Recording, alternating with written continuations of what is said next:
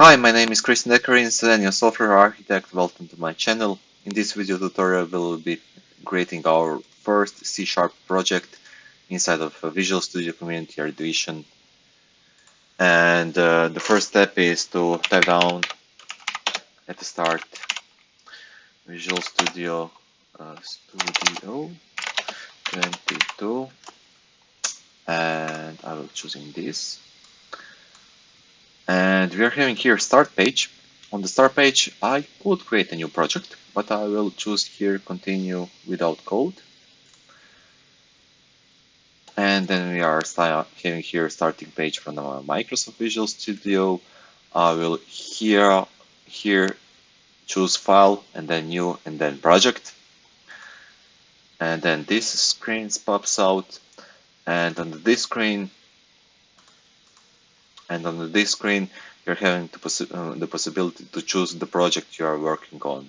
For example, if you want to create a console app, or you would like to create a web app, or I don't know, you would like to create just a class library that you are later on using in some projects, or you can create here Angular app and so on. So it's not, Microsoft gives you here possibility not only to work with C#, you can also work, as you see here, with the Visual Basic and with some other programming languages as well, for example with C++ or with F# and so on. In this visual tutorial and this visual tutorial series, we will talk about C# and C# only. And the second question is, where would you like to deploy your application? Would you like to deploy your application later on the Linux server, on the cloud, under Microsoft Azure, or on the Windows? And the third question is, what are you doing right now? Are you creating some websites or web applications, or you are creating some games? All of this stuff you can do with C#. For the simplicity's sake, let's choose a console right over here and let's create a console application. And now it's quite funny, you know, Microsoft is asking us, okay, are you creating this application for Linux, Mac OS, and Windows environment? If that is the case, then we will create application with a .NET Core version, which is open source version, which means that you can deploy this solution on any kind of environment. On the other hand, if you want to create your application only for Windows environment, then you will use the full .NET framework. So I will choose a new fancy .NET Core from Microsoft, because I want to later on create application that is deployable on Linux or on Windows machine. And now this is also a quite important step, because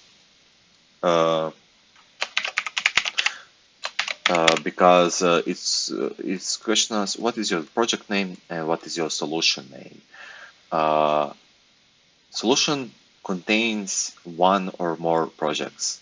For example, I can create, I don't know, finance app, human resources app, or something like operations app, and the solution is actually container for all that projects. So I will call this, okay, we are working in some port, and what we are having port services, and under port services I'm having finance app, HR app, and so on and so on. I will choose here next, and in this last step, Microsoft Visual Studio is actually asking us with which version of .NET framework would we like to work. You know, you have, let me choose here MSDN. Where is MSDN? We are having C#, and we are having C# versions and .NET versions. Let me find a corresponding URL. That's right, here's a MSDN website. So if you want to work with latest C# quirks and features, with the best and latest stuff that Microsoft created, then you would like to work at the moment with C# 10 version. C# version 10 is available under .NET framework, .NET Core framework, called 6.0. So the latest .NET Framework is 6.0, and inside of the 6.0 you are having the latest C# version. So if you are working with C#, then you C# version 9, then you would like to use a .NET version 5, for example. So my advice is always choose the latest .NET version, because in the latest .NET version is also latest version of C#. And the last thing is that I will choose create button, and Microsoft will here generate my solution, not only solution but the project also, and project contains one class. In this class file we are having only 2 lines of code and 2 lines of code. Here is some comment, and here are we having only 1 line of code, which is telling that that this should be output on the screen. So let's start this app by choosing display button. If you are not having display button right over here, you can find it under debug, start debugging, or start without debugging.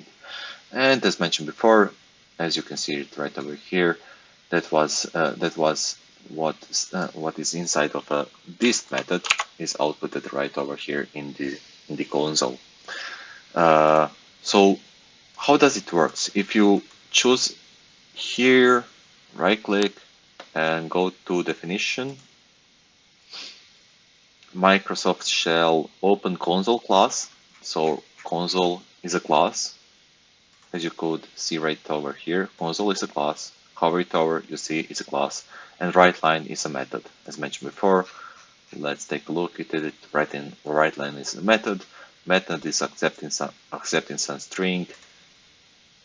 So this is a string in this case, and this method, what it does, so writes the specific string value followed by the current line terminated to the standard output stream. All right. So as mentioned before, we created one solution, we created one project inside of a solution, and we are having one class file inside one C# file named program.cs inside our project. And if we take a look at how it is structured in our Windows Explorer, you will have here solution file, and here you will have then your project file. This is your project file. Project file contains some information which we will be covering in future videos. So here is your project file. Here is your C# file, program.cs, and here is the interesting stuff inside of a Beam. We are right now in debug mode. We are having .NET Framework that you choose in previous steps, and here are we having files that Visual Studio generated. So if you deploy your application somewhere, then you will be copy and pasting these files, and if you want to start your application, you can start it also from here, but it will be executed very quickly. I don't know if you can see that. It's very quickly executed. So it doesn't make sense at this point to deploy something, since we have just created the project. In next session, we will talk about different types that we are having. For example, int, string, double, I don't know, boolean, and so on. So see you at the next episode. Thanks for watching. Please like, share, and subscribe to my future videos.